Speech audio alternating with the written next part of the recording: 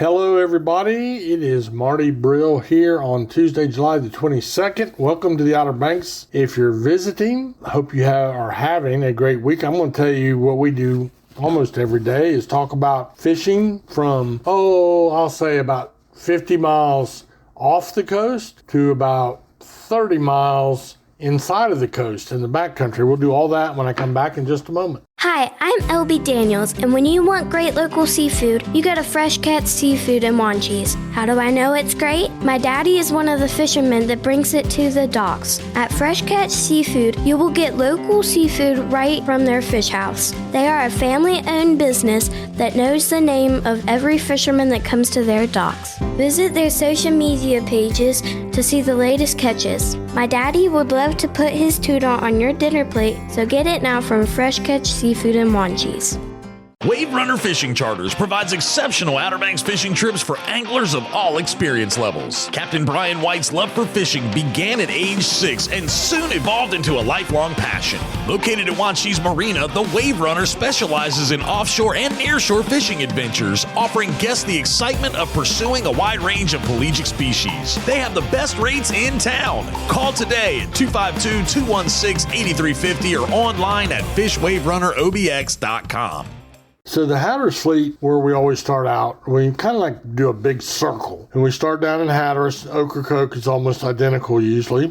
Fishing the same parts of the Gulf Stream and the ocean together on many days. But it looked to me like fishing got a lot scrappier almost everywhere actually. Yesterday, equal parts dolphin meaning mahi, wahoo, and blackfin tuna. And there was a lesser number of blackfin tuna that I could see. There were some boats that had 25 or 30 Baylor dolphin. These are the smaller ones. And somebody was fussing on Facebook yesterday.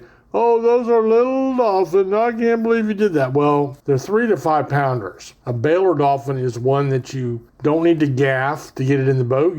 The mate just reaches down and grabs the leader and you sling them in the box. Through the years, the Baylor dolphin have been the bread and butter, the lifeblood of the charter fishing fleet. And I cannot tell you how many charters from Ohio and Pennsylvania and elsewhere have come down there on what looked like it was going to be a slow day, and their captain found them a grass line or a sheet of old barnacled up plywood or an old board, and they catch a limit of these Baylor dolphin.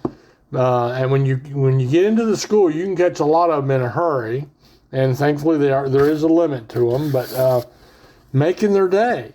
And no, they're not real big, but they jump, and they're really pretty, and kids can handle them. For the person that stuck his nose up in the air because they were 3 to 5 pounders, he probably couldn't catch a dolphin on his own or a mahi if he had to. Sorry, it bothered me, if you can probably tell. There was also a few wahoo caught in the fleet, and there was a decent sailfish bite and a few blue marlin. When I say decent, there's about 20 sailfish caught in the Hatteras fleet. Yesterday there was 5 caught on the Sea Creature with Steve Culture out of Hatteras Harbor. He caught 5 himself. So they were biting a little bit down that way. Their inshore fleet, mostly the ones I know about, were back in the Sound. We'll talk about them a little bit later in the report.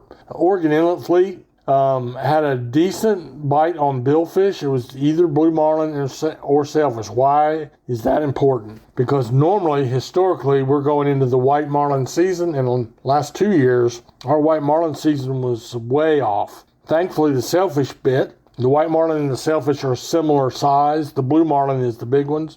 The white marlin haven't disappeared, but last year they were way, way north of us, really up off New England for a big part of the summer. Don't ask me why. But there was a little bit of a billfish bite. There was some fair dolphin fishing for them, about like Hatteras, mostly Baylors. And there was a scattered yellowfin tuna. That was on the decline a little bit. And a very scattered blackfin tuna. Now, keep in mind, it's the middle of the summer. The middle of July is not the time that's known for boatloads of tuna. But we have to say this. Earlier in the week, there were some boatloads of yellowfin tuna. So everything is just different this summer as far as migrations and things that are biting and when they're biting. Inshore, those guys are the masters at Oregon, are the masters of variety. They call it Spanish mackerel, okay, and bluefish. Yeah, we know about those around the inlets, but they also caught a few cobias. They caught a few amberjacks and a few mahi or dolphin for them as well that came in this time of year. They'll come all the way to the sea buoy sometimes. So that's what happened offshore. Our peer reports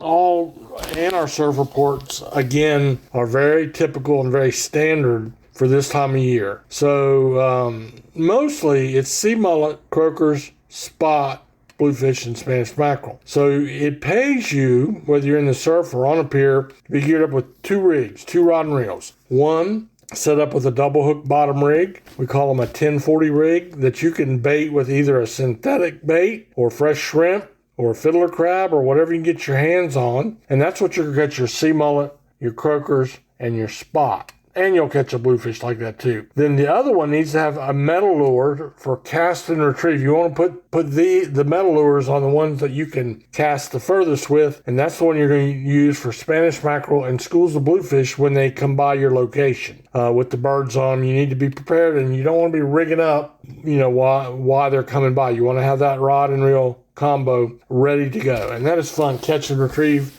fishing. So that bite has been better early in the mornings, and you want to keep that in mind. And that is one that requires a pretty good cast. The bait rig, the one you're going to put bloodworms or shrimp on or whatever, you don't cast very far at all. That's right in the surf, right in the wash where the fish are feeding, and that's what you want to do there. And so Surf and Pier reports about the same. There's been some pretty good croaker and spot fishing down on Hatteras Island, and there's another group that's doing really well up on the north end of the beach from Kitty Hawk up to the Virginia line. We'll take a little break, and I'll be right back to talk to you about what's going on in the backcountry. Boasting phenomenal seafood dishes, a great menu, and waterfront views with deck seating, Striper's Bar and Grill at the Shallowbag Bay Marina in Manio serves a casual, fun-filled dining experience with an Outer Banks flair. With 3 floors to choose from, you're bound to find the perfect seat for you and yours while enjoying great food and fantastic drinks. To see our menu and to catch a glimpse of the beautiful views, go online to stripersbarandgrill.com. Striper's Bar and Grill at the Shallowbag Bay Marina in Manio, where everyone's a VIP. Not a whole lot to report of breaking news in the backcountry. If you're new to our program, the backcountry is all of the waters, our inland waters. The biggest one, the Pamlico Sound, which is a small ocean in itself. We have all the other sounds, the Albemarle, the Croatan, the Roanoke, the Currituck Sound, and others. The Pamlico has been producing a real good bite on speckled trout, mostly in the estuaries or the mouth of the estuary where it feeds into the sound. And then some other guys are getting out in the deeper water and drum fishing. But to me, I'm not seeing a whole lot of great activity. Plus, yesterday we had those major squalls come through. I actually, driving back from Manio to my home in Englehart, I drove through one about the county line that was just about as much as I wanted to deal with. I couldn't see the road, lightning everywhere, 50-knot winds, and hail while I was on the road. Those are the kind of storms that I always hated when you're coming in from offshore in the summertime and you're getting close to the sea buoy and the inlet and almost back, and you run into these storms, and especially if you were in the channel, you couldn't see where you were going, and lightning popping all around you, and you're on a boat with 2 big metal outriggers sticking up in the air. And I did have one very, very bad experience with one of those storms, but that's another story for another day. Finally, we'll end up today's report talking to you about the Dare County Boat Builder Foundation tournament at Pirates Cove Marina. Registration on Wednesday evening. Fishing days are Thursday, Friday, Saturday. Open to the public. Walk the pavilion.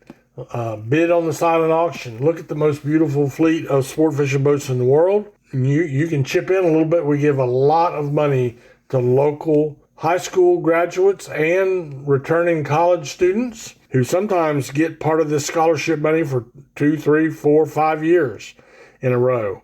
It's a large sum of money, all done by volunteers. So that is, again, over at Pirates Cove Marina. That marina is on the Manio Nags Head Causeway. You cannot miss it. You come, make sure you park in a proper parking spot and come walk around. You would want to be on the north side of the marina where the big pavilion building is. That's where everything will be going on. Weigh-ins for the meat fish from 4 to 7 o'clock each evening. And if you want to find out more information, dcbbf.org. That stands for Dare County Boat Builders Foundation.org. Or you can Google it. And you can also go there and listen live through the fishing days of Thursday, Fridays, and Saturday. And you'll hear me on there as I talk to the boats all day long. So that's it for today. I hope you have a great day. Dodge a few squalls and go out there and wet a line. Do that early morning bite. You'll be glad you did. Maybe the good Lord will bless you with a big catch.